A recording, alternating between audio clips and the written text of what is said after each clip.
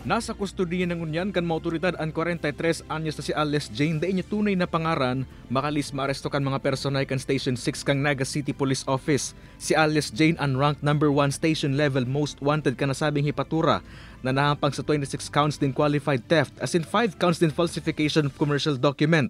Sa pag-imbestigar kan mga otoridad, sales agent subot ang suspect na inireklamo kan sarong kumpanya. Para nagamit siya sa diri niya para maano niya ang mga sayang mga kliyente. Tapos, siguro dahil na-remit, ang mga bagay na dapat na i-remit niya, mga kwarta o kaya anuman, kaya kinaswan siya. Nakilaga na sa nasubot si Alice Jane kan magpasiring sa Korte sa Naga na may naglos na pala na warrant of arrest laban sa iya. Pinahimutikan man kaini ang mga kasong isinunad laban sa iya. Dismiss na siya yung una, tapos na-refile ngayon hindi ko alam.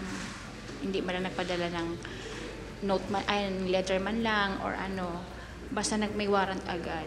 Abuton sa 950,000 pesos ang rekomendadong piyansa para sa temporaryong libertad kan suspect. Kay banan si Carlo Abunita, Chris Novelo, Balitang Bicolandia.